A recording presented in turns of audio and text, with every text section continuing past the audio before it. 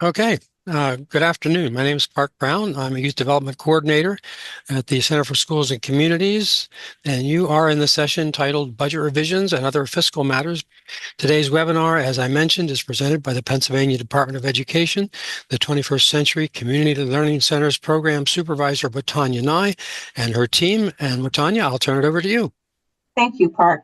Good afternoon. Thank you for your time today. Today, the program officers and I will review submission of budget revisions and eGrants.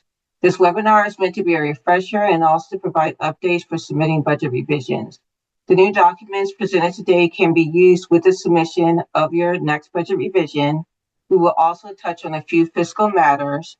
Although the program officers do not process your expenditure reports, we work closely with our fiscal team to ensure that the documents you submit are accurate and fall within the federal guidelines.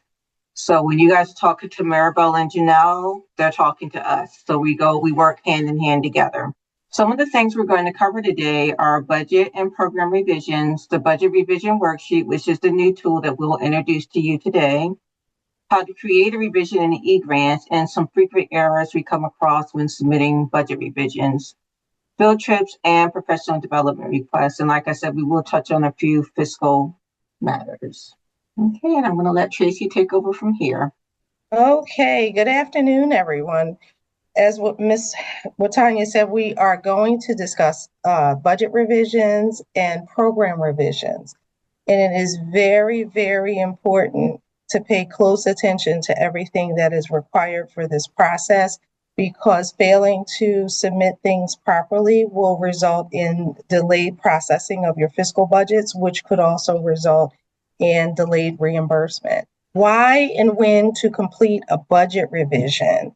Your expenditure report reveals that you have insufficient funds. So if you realize that you don't have enough money, then the system will alert you. You'll receive, like, I believe, that negative red mark to let you know that you are insufficient with your budget. That's the number one reason why you should do a budget revision, because your budget must always be balanced. Funds need to be redistributed to cover the cost in another area of the budget. You're always remember, if you see red, you're not balanced, that you need to do a budget revision. That's a keen indicator that something is wrong, and you need to make sure you go back, reevaluate your budget to make sure it is balanced. When you would like to request a new item to be added to the budget narrative, such as supplies, field trips, conferences, professional development, and adjustments, that's another reason when you are supposed to do a budget revision. Create a budget revision in eGrants. So many of you who have been with us for a very long time, you know that you used to do it manually. Well, now you're doing it in our eGrant system. So you have to follow the process. You have to review the standard operating procedures for the budget revisions. You have to ensure that your previous budget is approved. Some of you will do a budget revision and submit it, and it doesn't take a short period of time. Actually, it could take a longer period of time for it to be approved.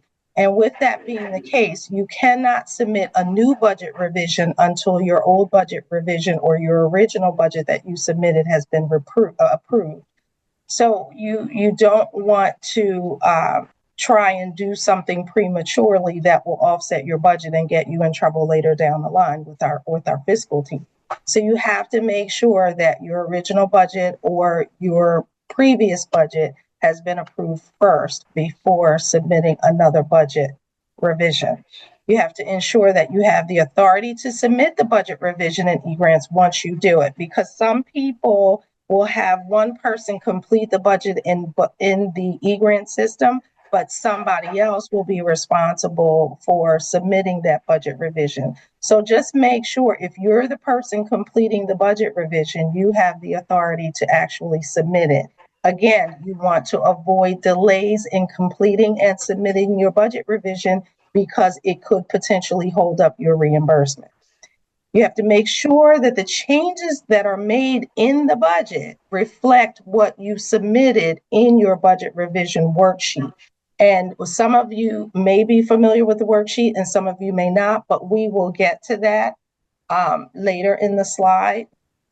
You have to create a budget revision in eGrants. You have to upload the following documents, your budget revision worksheet, and I will actually pull that up for you and show you what that looks like. In fact, no, I'm sorry, it's going to be on the next slide. But anyway, you have to make sure you have that budget revision worksheet, and you have to have a letter of justification. Let me just put emphasis on the letter of justification because some of you are unclear about what should be included. When you write your letter of justification, it has to indicate where you're moving money from and where you're moving money to. So always remember from and to.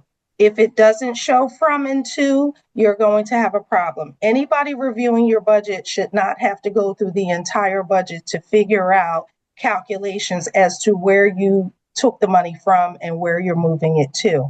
Everything should be clear and balanced. As I said, you want to avoid any type of delays or misinformation because otherwise it will be returned to you for corrections. You have to, once your budget revision documents are prepared, you have to email them to your program officer. Your program officer will review that information and also check it against the eGrant system to make sure that everything is accurate and balanced. Next And slide. Tracy, I'll just jump in here real quick. So for that letter of justification, keep in mind that you're only submitting that when it's a program revision. And sometimes in a program revision, you require a budget revision as well as the program change. So for example, say that you need to rent a space because your current program space is under construction. So you might need to like rent a space, and that will require a budget revision and a program revision. Program revision because you're moving to think something that's not part of your approved application. Budget revision because you need to pay for the rental portion of that place that you are renting. So I hope that is clear, and we'll have an opportunity for questions at the end. Right, because that program revision is associated with a money exchange, and any type of program revision that deals with a money exchange definitely requires a budget revision and a justification for such action. So you have to make sure that you are very clear. You're doing the program revision, you're making that change, but you are also making a budgetary change because that program revision is associated with funding that needs to be exchanged. So make sure all of that is explicitly outlined in your letter of justification and make sure it is emailed to your program officer.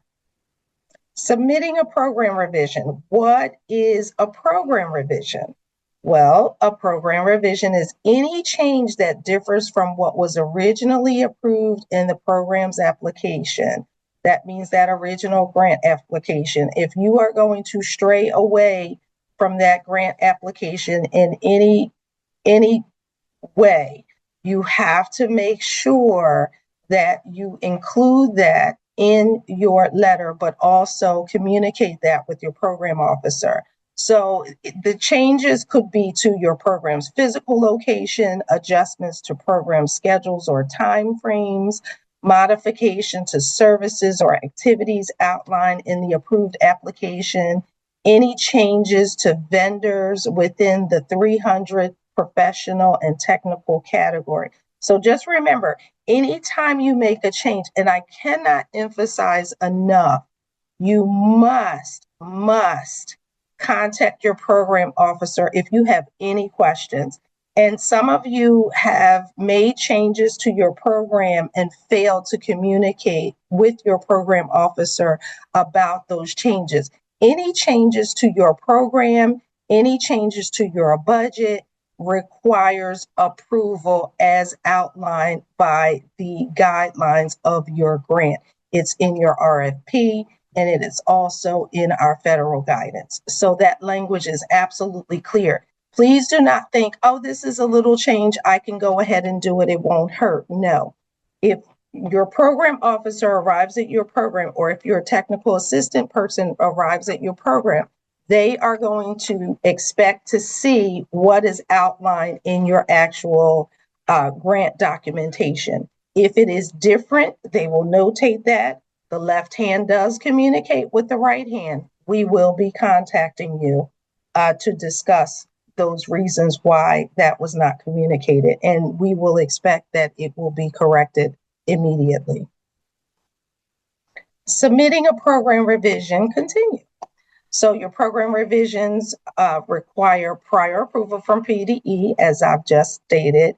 If you are completing a program revision, you will submit a letter of justification. If that program revision requires a budget revision, you will submit both a letter of justification and a budget revision worksheet, of which I believe is also included in the next slide. Yes. This is classified as a budget revision worksheet, and this may look familiar to some of you who are seasoned subgrantees, and for those of you who are not, this is the budget revision worksheet that you will complete and submit. And it's really good because it definitely helps you to balance your budget ahead of time on paper, and exactly what you put on paper, you can transfer to the eGrant system. And you can also put an explanation as to why you're making this change. It just helps everybody. It helps you, it helps us, and it eliminates any questions if there are any. If we are definitely asking you to be clear in your explanation.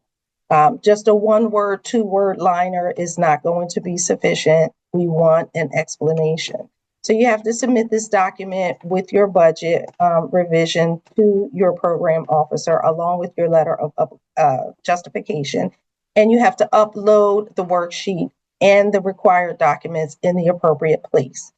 Account for all changes to the budget narrative, include the explanation. I cannot emphasize that enough. It cannot be a 1-sentence or a 1-liner, 1 or 2 words. You have to write a full explanation.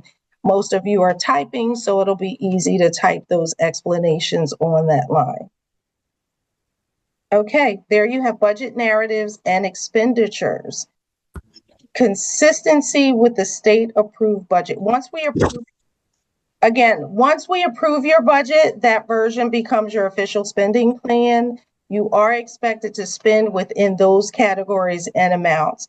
And again, make sure you adhere to the budget. Any changes outside of that will definitely cause issues with reimbursement, issues with your budget processing, and so forth.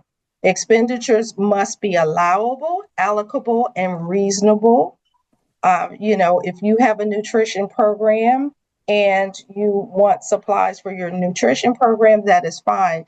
But to request a restaurant size mixing bowl for $2,000 is not a reasonable purchase to account for your nutrition program.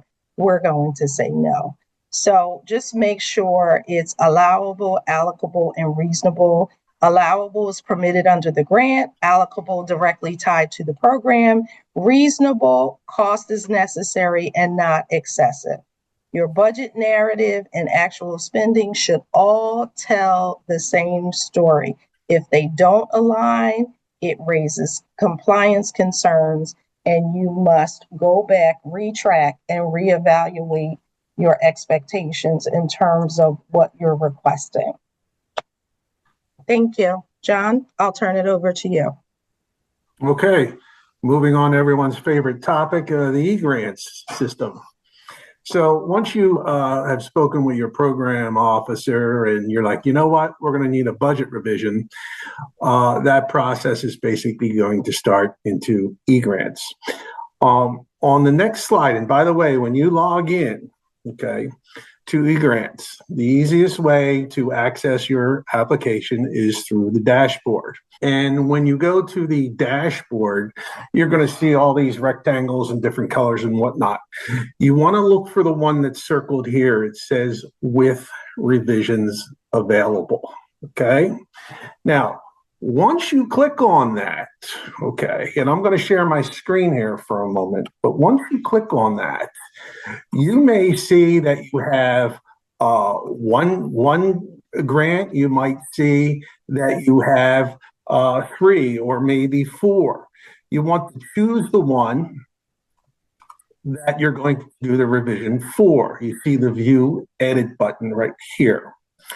Once you select that, okay, you're going to see this screen right here where it says create revision. Now, there have been times where, and you guys know that the create revision button may not be active. It's grayed out. I think many of you have experienced that. That can happen for a few reasons. One, the budget revision window did not open up yet. So, for example, when you do your continuations every year, once your continuations is done and finalized, and you try to do a budget revision a month later, it's not going to let you because the window did not open up yet. So if you're thinking about a revision and this button's gray, contact your program officer and say, hey, when are we allowed to start budget revisions? The second reason it could be grayed out is the budget revision window closed. Okay, you may have missed the deadline. I believe, and Watanya, you could correct me, the deadline for cohort 11 year 4 budget revisions is August 31st. That is correct, John. After that date, this create revision button is not going to be active anymore. Okay, so 3 reasons. The first one, the window did not open yet. Number 2, the window closed, or under some circumstances, whoever's logged in may not have the ability to create a revision. Now, if that is the case, please reach out to your program officer. Okay? Now, once you hit that create revision button, you're going to see this. You just hit create revision. And then you're going to see some other things as well. But you're going to go through the budget screen just like you did in your original application. All right, I'm going to stop sharing here for a second. And Watanya, you can share again if you don't mind. Okay. Once you hit I think it's called the complete step. Okay. That budget revision is going to be sent to your program officer. And then once your program officers reviews it, it's going to go to the fiscal officer, which is Maribel Martinez. And then when she submits it, it goes to controllers and then to the back to the fiscal office. It says program officer there, but that's really basically fiscal. Okay. Now, how do you monitor where your revision application is? Well, at the top, and Tanya, you can go to the next screen. At the top of eGrants, you're going to see these green circles. If you see a green circle under applicant update, that means you started the revision. If you see a white check mark under applicant update, that means you submitted it to your program officer. So what we see here is all 4 green circles have white check marks. That means your budget is completed. Okay. Now, you will, and Watanya, you go to the next screen, you will have to upload. Tracy was talking about the budget justification letter. In any budget revision, please make sure you submit that budget justification letter into the upload sections. If you submitted it and you forgot, reach out to your program officer. I'm 99% certain the program officers have the ability to upload your budget justification letter in case you forgot to do that, okay? If you have any questions as you're going through the information in the budget revision, please make sure you reach out to your program officer. If you're finished and you want to double check with certain things with your program officer, you're certainly more than welcome to do that. And we'll move it on to Clarissa, I think, or Dorothy. Yeah, thank you, John. It's me. Don't forget that's with the next slide, please. Watanya, thank you. So field trip requests. All field trips requests require prior written approval, as we all know from PDE. Grantees must request a field trip request form from the program officer. The form must be submitted 8 weeks prior to the trip. Admission fees and transportation costs must be allocated in the eGrants student transportation section, the 2,700, 500. Out-of-state and overnight field trips are not allowable. Field trips or other activities whose sole or primary purpose is entertainment, like amusement parks, skating rinks, will not be approved. Latanya, if you could take us, I'm going to share my screen at this point. So I'm going to actually share the form. One moment here, please. Let's look at it. Also, everyone, is inside of your chat box. I know that we all have a copy of it. Latanya has sent it out before. But let's just kind of go through it together to make sure we're all on the same page. So the field trip request form. So in yellow, you see that the first thing, please make sure you fill out the complete form, everyone. Of course, you start with your FC number. The data request, I just want to make one little note here, please. The date that you put here is the date that you're sending it to us in the email for your request, please. Making sure those things align. Please make sure for your field trip, put the entire address. Please don't just say that we're going to ABC location. Please make sure you have the address of where we're taking our students, please, the full, complete address, okay? And as you see there, of course, it must be in Pennsylvania. We can't do out of state. The date and times of field trips. Sometimes you all are going to the same place multiple times, maybe a series of dates. Be mindful of the frequency of field trips. But with that, if you're going to this particular location more than one time, make sure you have all the appropriate dates and times here accordingly, okay? Your number of participating students and grade levels, that is so important. Sometimes we'll get requests and we'll just have the total number of students, or we'll say a range of students from K through 8. I need to know how many students from kindergartners are going, how many first graders. So please be explicit to us in regards to the number of students that you're taking and how many per grade. Please, we thank you for that. Your chaperones, I want to highlight one thing that is very, very important with your chaperones. Two things, actually. Number one, please make sure that the number of chaperones, refer back to your RFP, your RFA, to make sure that you have the appropriate number of chaperones for the number of total students that we're taking on the field trip. And also be mindful of the grades that those students are, because sometimes that variation of number of chaperones we need varies depending on the age of our students accordingly. But also with that, our chaperones, please make sure that they have the appropriate clearances as well. That is very, very important. Thank you. So we just talked about the ratio. This is important here. Describe how the field trip supports the goals and objectives of our after-school program. So it just can't be for the fun of it. Make sure it has that academic component that you can pull apart and put in here for us, please. For those objectives and standards, you can always go to the PDE SAS website here and be able to pick the ones that are appropriate for the field trip for their learning, okay? Here, with Tanya and both Tracy and John have also both talked about the eGrants and talked about the budget. If you're going on a field trip and you're going to be asking for reimbursement, and this is not in your budget already for the set field trip, and there's money involved for us to pay back to reimburse to you, you must do a budget revision first, please. And Tracy has extensively gone over that process for you. Make sure you submit that first, because we will be checking when we get this field trip. We're checking to make sure that this is in your budget. We're also checking to make sure that the staff that are going have appropriate clearances. So that goes to also making sure that you have the most up-to-date clearances of what we have in our system, okay? Making sure we have what you have as far as the clearances as well. So you see here it says, if the field trip was not included in the approved budget, you will first need to complete a budget revision, as I just stated.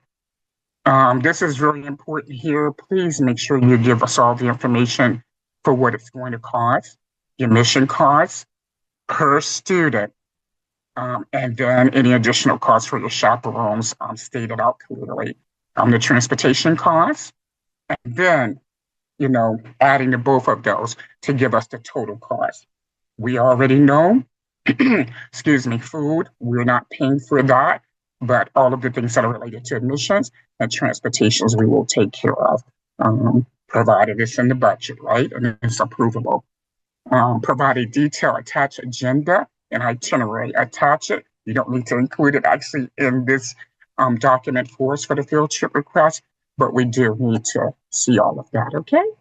So just make sure we just put some of the rules here as you fill out your form to be reminded that no overnight is allowed, and that even if your field trip is being paid for by another entity, that you still, if you're taking our students that are in the 21st century program, we need to approve that, okay? We need to know where our students are at all time. We're in this together, okay? And supporting them and keeping them safe.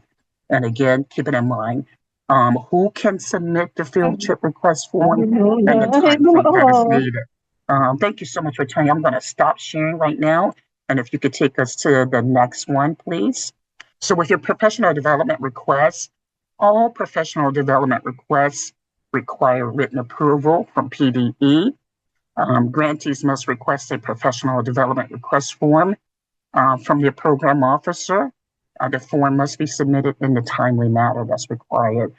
And no more than, keep in mind, 2% of the total annual award amount may be used for professional development related to your 21st century program, excluding required state, local, and national conferences. Okay, so those are not included. I'm going to share my screen again at this time. Let's kind of quickly look at this form. Again, I've also put it in our chat box for you to look at. So let's just kind of quickly go through it real quickly here.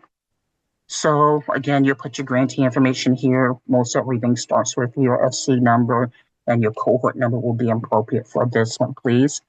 The name of who's requesting it. So again, here, just the key information, the dates, the location. It's kind of self-explanatory. So just please make sure you're giving us the required information based upon what it's asking you for. So when the training is going to be provided, the total number of staff that you're bringing with you, the 21st century staff members that will be attending this professional development, and the justification for why you all are going, okay? So those things will be important. Make sure you are familiar with this, what we have in blue here, cost for the professional development opportunity. So make sure you flat that and keep that in mind as you're filling this out. The proposed cost of your lodging, the estimate of what it's going to cost at whatever particular hotel or where you all are staying, the total cost of transportation, the registrations cost, all of this would be. Now, again, keep in mind, it must be in your budget, right? So please make sure all of that is there accordingly, because we will be checking for all of that, okay? So the total meals and all of that is concerned. Everything is pretty much self-explanatory for you here. Budget for the professional development opportunity. So anything that you need to put here for us, we need to have that information. So just keep in mind, we put it down here for you. Requests must be received in minimum of 4 weeks in advance of the field trip of the, professional development, and may be submitted submitted by the program director only. So not just anyone on the 21st century team, but from the program director, okay? So just pay attention and take note of all the other pertinent things that are there as well, okay? We do thank you all, and we're going to be continuing on from here. I'm going to stop sharing. So I do thank you. So thank you so much, Park and Watanya. Back to you all, please. Thank you. Well, good afternoon, everybody. My name is Clarissa Rosario. And also, I want to clarify a little point, an important point about how we can cover with food and a snack in our 21st CCLC program. Under federal guidelines, 21st CCLC grants fund cannot, I emphasize, cannot be used to purchase food and snack. So anything about milk and a snack for our student, it's not allowed in our 21st CCSC grants. But the good news is that the Pennsylvania, I will share my screen, the Pennsylvania Department of Education the Pennsylvania Department of Education can provide and help you with all of these. This is in the website, PD website. It's called like Food and Nutrition. And we can see here all the programs that the Pennsylvania Department of Education have. We have here the after school program. We have, but fresh fruit and vegetable is mostly for the school district, but also the summer food service programs. First, I will click right here so you know where to look for. Most of our all programs qualify for this snack program.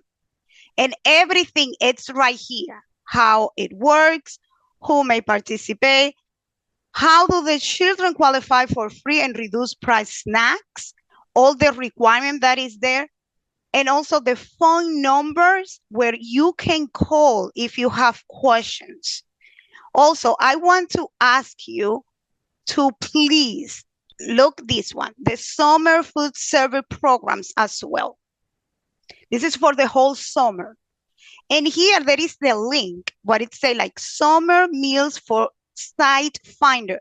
When you click there, you can have your zip code and it give you all the sites that it's around you.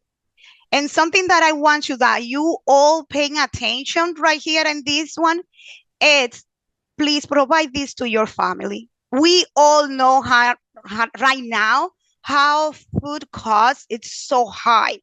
If they text summer o verano in Spanish to this phone number, they will send them a list where they can find food. They give you all the information. Also for our CVOs, if you want to become a meal sponsor on an operated meal site, everything is right here. All the steps that you need and how to do it. And again, they have like on the bottom, all the information that you need, the phone number, fax, email, or all the questions that you have. Please make sure, like for me, it's this little here, make sure that you give it to all your families, to all your kids, because there is food and snack around there. And like I said, if we go back here to the food and nutrition, for you, for the after school program snack, everything is right here. So we encourage you to take a look of these resources, because while the 21st CCLC grant cannot be used to buy food, there is resources out there. We just need to find it. If anything, you just can call your program officer and we are here to help you. All right, so this slide is for me. Let's go here. So as you guys have noticed, you have been receiving new expenditure reports. Please make sure you're using the most recent expenditure reports and breakdown sheets that I believe that Alex sends out to you. Make sure that you were using the most recent form, because if not, the forms will be sent back. You'll have to start all over again. When you're completing your breakdown sheets, it is really, really important that you ensure the name of the vendors match what's on the budget narrative. Some of you submit breakdown sheets and you say STEM, and you have it underneath the 300 category, but then we don't know which one of the vendors you're referring to. So whatever you put in your breakdown sheet, it should match the vendor that you have listed in your budget narrative. The cost should align, and there should be a letter of agreement on file with PDE for any vendors that you're requesting reimbursement for. Salaries and benefits need supporting documentation, so please make sure that you're submitting your time and effort at ICE. Later on, you guys will get a whole packet of documentation and provided a sample Excel spreadsheet of time and effort that you may use if you want to. You don't have to use it if you don't want to, but it is an option for you if you're struggling with how to record your time and effort. Make sure that you also are providing your pay stubs. We need pay stubs and time and effort. They are a package deal. We need both of them in order to process your reimbursement. So please make sure you have both of those documents when you're submitting your supporting documentation. Along the lines of submitting your supporting documentation into the system, one of the things that we notice is when you guys submit supporting documents, some people will put all their breakdown sheets together, and then they'll do all of the supporting documentation. And then some people submit things in a random way, and it makes it really hard for us to review the documentation that you have submitted. Please make sure that when you're submitting supporting documentation, for example, you'll have your 100 and 200, then you'll have supporting documentation that matches the 100 and 200. Then you'll have your 300. Then you'll have the supporting documentation that matches the 300. Please submit your documents in some kind of organized fashion. When you send it in a jumbled, chaotic state, it makes it really hard for us to review. We have to send it back, or we have to spend more time trying to figure out what it is that you submitted to us. Submit everything in an orderly fashion to the correct RA accounts. We would greatly appreciate it. It will help us process your payments quicker. And I know that everyone wants to get paid faster rather than later. When you're looking at your meal allocations for your travel, when you go to attend ELO or something like that, please make sure that your meal allocations fall within the guidelines of the GSA rates, or you're using your agency's travel policy. Either one of those will work, and then make sure those costs align with what's in the approved budget. When you're doing budget revisions, there's a little yellow bar that shows up underneath on the summary budget form. It says you have exceeded your allowable indirect cost amount 00. If you see that 00, that means you're good. But if you see it turn red, that means that you've exceeded something in your summary budget form. Either your indirect cost is over, or your allowable amount of your approved budget is under allocation or over allocation. So please make sure before you submit that, press that submit button in eGrants, and you are making sure that everything is in line with what should be in your eGrants. Keep in mind that when you're submitting your expenditure report, you're submitting that as a single page PDF, and you're emailing it to the RA account. Please do not submit your expenditure report and then all the supporting documentation following behind it. It should be a single page document in PDF.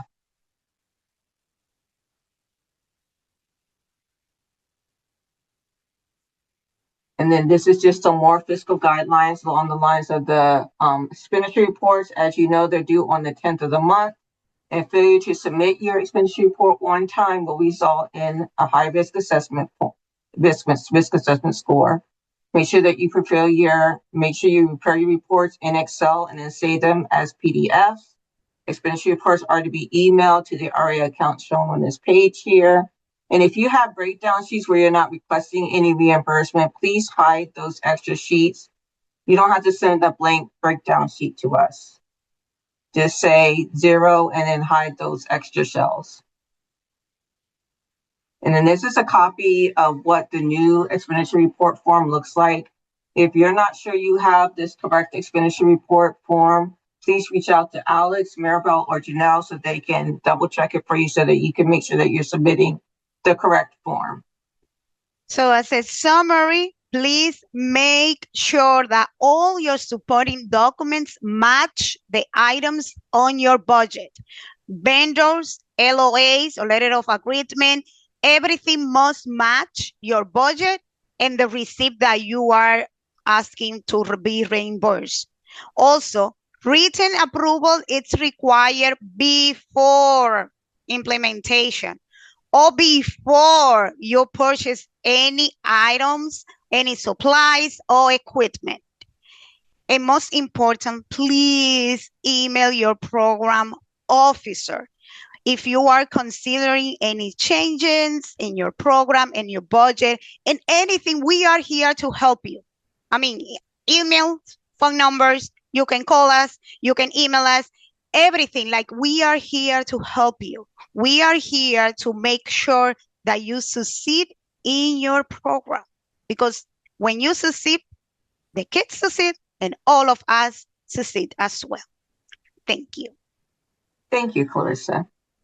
Okay, next we're going to open it up for questions. I did see some questions in the chat box, so I will start there first.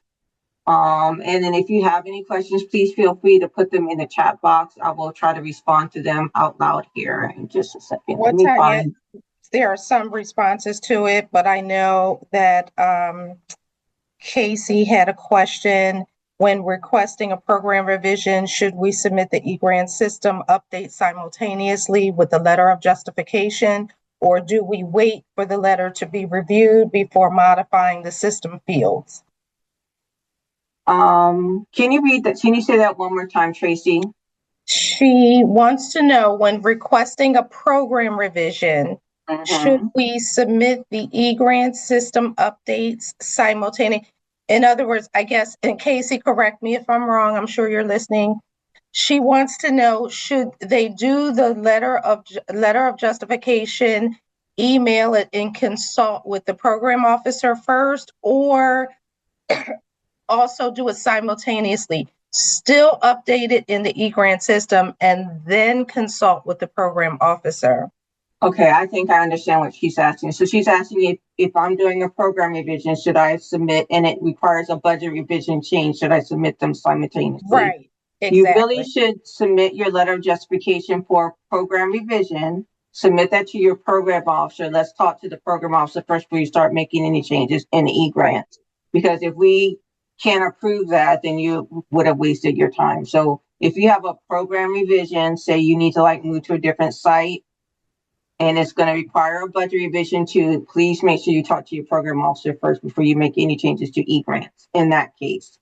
Now, if you are just doing a budget revision, no program revision required, you can just submit your budget revision worksheet, upload that budget revision worksheet into eGrants.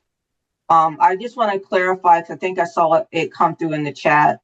Please note that you only have to submit a budget revision worksheet for a budget revision. The only time you have to do a letter of justification now is if you have a program revision. A program revision, you have to change your times, you have to change your site locations. There's something that's changing in your program that you need to do the letter. That's when you would do a letter of justification. The budget revision is only going to be that budget revision worksheet that Tracy walked you through. And you can always call your program officer to get clarification before you start doing a budget revision or program revision to make sure that you're submitting the correct documentation. Whitney Winters has asked, regarding written approval of field trips, even if funded by another program, is the standard to have written approval still ahead of time by the 6 weeks? Yes, that is the standard. You should have written approval. No matter who's paying for the field trip, we need written approval. We need to know where the kids are going. And the standard is 8 weeks, 8 weeks prior to the trip.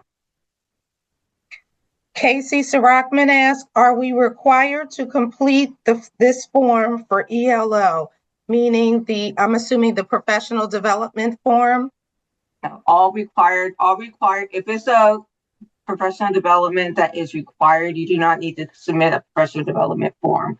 The professional development form is for any professional development, like say, I'm trying to think, like beyond school hours or boost, anything that's not a required professional development is when you submit the professional development request form. It also can be for if you're doing in-house professional development. Say you want to do something in-house before school starts and it's in your budget.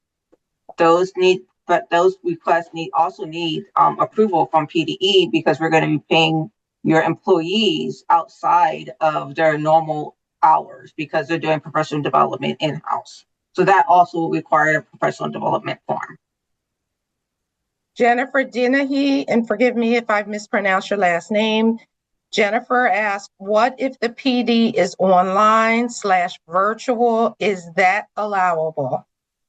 The PD can be delivered in any way that it needs to be delivered. It can be virtual, in person, in-house.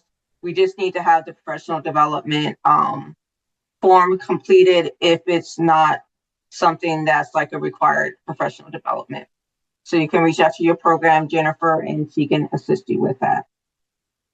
Leanne wants to know, in eGrants, it only allowed her to enter 2 staff members to attend each mandatory conference. Due to her high turnover rate with staff, she usually sends 3 staff members so they can still provide training to their staff that didn't attend. For example, if a teacher she took in February resigned a few weeks later, are they allowed to take a 3rd person? And if so, how can they get it approved since eGrants only allows 2 staff listed? I think the eGrants is stuck in the 2-person, but we can work on that. I think we can make some arrangements to fix that for you. But we do have it allocated where you can the system only allows you to put 2 people in because that's what we require. But if there's a special circumstance, we can work around that. We can work with you. We can talk to your program officer about that one. I totally understand that. And for everybody who have that same concern, because there's just high turnover in the field.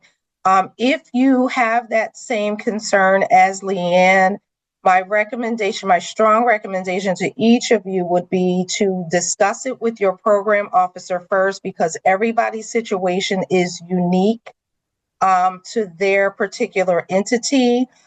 Even though eGrants will only allow 2 people, as Ms. Watanya has stated, we can work around that as according to whatever your situation or circumstance is. And again, if in doubt, ask your program officer. Each program officer, Ms. Watanya and I, we are all here to help you. And I believe, Ms. Beth, thank you. You provided a link for the food and nutrition website. Someone else inquired about the documents. Once this presentation ends, Park will forward all necessary documentation to each of you to have for your possession. Casey also wants to know, when did pay stubs start as a requirement? We put that in our memo and back in late fall of last year. We do need pay stubs because the pay stubs show us the health benefits piece. Your time and effort only shows the time that you work in the program. So we need to be able to validate the like health benefits in the pay stubs, and we verify your hours in the time and effort. So we do need both of them as a federal requirement as well as a state requirement. Matthew Rice wants to know, will this presentation be shared for referencing? Yes, it's been recorded, and you'll be able to listen to the recording here soon, and you'll get a copy of the PowerPoint as well. Shantae Brabham asked, if pay statements / pay stubs are provided for OST staff that are 100% paid by CCLC, why is other documentation to show their hours required? It's a requirement of the grant. As I said earlier, we need time and effort, and we need pay stubs.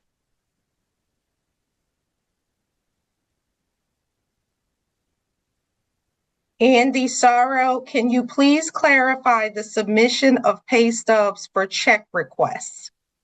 So the pay stub usually just shows the person's hours that they worked, and it shows if it's a person that's getting paid benefits, it will show how much of that pay stub has their benefits in it. We do need to see the pay stubs, and every entity's pay stubs look different. So I need to work with your business office so that you can secure those pay stubs. Meredith Regul asked, are there any documents with guidance on allowable expenses / materials, etc.? So if you are looking in your RFA for your cohort, It gives like a short list of all the allowables, but the long list of allowables would be under the federal guidance. But if you look in our RFA, we pretty much cover almost everything that would be allowable versus what would not be allowable. But if you cannot find what you're looking for and you want to purchase something in particular, please reach out to your program officer. They'll be able to support you in searching through the federal guidance. And lastly, from what I can see, Leanne Hudson wants to know, are pay stubs necessary even if they aren't covering benefits with 21st century funding? Yes, we still need pay stubs. Deanna Dugan just listed, any update on cohort 13? No updates on cohort 13 at this time. Everyone, please be advised, I know everybody's chomping at the bit about cohort 13. Just as soon as we receive information, we are permitted to, we will disseminate that information to you guys. It will be posted and everyone will know that an open competition for a new cohort will start. So for all of you who have been buzzing, when is cohort 13 coming? As soon as we know, we will let you know when we are permitted to release it. It is a competition, so we cannot release it before it's time or before we have permission to release it. It has to go through a process. All right, I Leanne, just saw a couple questions pop in. So Leanne wants to know about Summer Symposium. In one of our previous memos, we stated that Summer Symposium won't be offered in 2027 either. And we're getting ready to put out another memo, and I put a little reminder in there that 2027, there will not be a Summer Symposium. So 26 and 27, no Summer Symposium. Hopefully in 28, we'll get to have our Summer Symposium again. In the meantime, if there are other personal development opportunities that you guys want to attend, you can attend those. You just need to fill out the personal development form that Dorothy shared with you guys earlier. And then I see another question about field trips written into the grant. The field trips don't need to be written into the actual approved application, but the field trips need to be written into your budget narrative. If the field trip is in your budget narrative, then you can take the field trip. If it's not in your budget narrative, you need to do a budget revision and add the field trip into your budget narrative before we can approve it. I hope that answers your question. And then cohort 11, year 4, final revision is due on 8/31. That is correct. And the year 5 continuations are also due on 8/31. Man, you guys have the questions flying. I know Abby wants the paperwork. We did say Park Brown will distribute all necessary required documents to you guys just as soon as this presentation ends. There will be a several-day delay, most likely, but it'll be coming. Okay. Will there be an ELO conference in 2027? Yes, we will have ELO in 2027. That's a state conference, not federal. And will Regional Changing be held this year? Yes, it will be held this year, and more information is coming soon from the Centers for Schools. All right, I think with that, I don't see any more questions coming through. So thank you so much. There's one, Latanya, from Dennis Creedon. What if you are paying your staff through direct deposit? Do we still need pay stubs? Yes, we still need pay stubs. This is a federal thing. We need to be able to justify all the reimbursements. So when we are audited at the state level, we need to have documentation support our reimbursements that we send out to you, which is why we're asking for time and effort and pay stubs. And I know that it can be quite a challenge for smaller entities to pull all this paperwork together, but it is really important to us that we have it. So Dennis is asking, how do you get a pay stub for direct deposit? Dennis, even if you get direct deposit, everyone who gets direct deposit should also receive a copy of their pay stub. So you don't just get the direct deposit without an actual copy of the activity that has occurred in your paycheck. You should get some form of an online paycheck or a possible voided documentation to let you know the detail of what you've been paid. So if you're not getting that, please speak with your respective payroll department.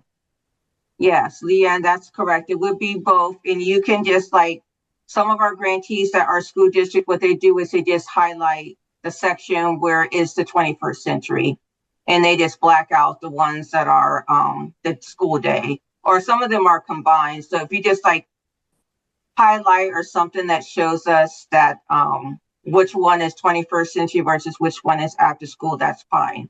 Because we know that it's hard to separate that because those are large documents when you're dealing with the school district. But somehow just indicate to us which documents are after school versus which ones are school day. And that will be greatly appreciated. It'll help us do our review rather quickly if you can do that. That's okay, Leanne. Yep. We understand it'll be a lot of pages. You can, I'm trying to read it. If our payroll register. Roxanne Brandel asked if our payroll register shows the benefit information, taxes, hours worked, wages, direct deposit, number and amount. Can I submit that along with the timesheet, or must it be a pay stub? That is a lot of information, and that will work as long as we have something that shows all that information, and you can submit that with your time and effort. Yes. And Dennis Creedon, what program are you from, Dennis? I believe it's Philadelphia Art, so that would be John. Okay. Yeah, Dennis, you can reach out to your program officer, John Murray, after the presentation. You're welcome, Dennis. All right, I believe that concludes our training. Thank you so much for your time. If you have any questions, please reach out to your program officer and enjoy this pleasant summer day. It's not as hot as it usually is. All right.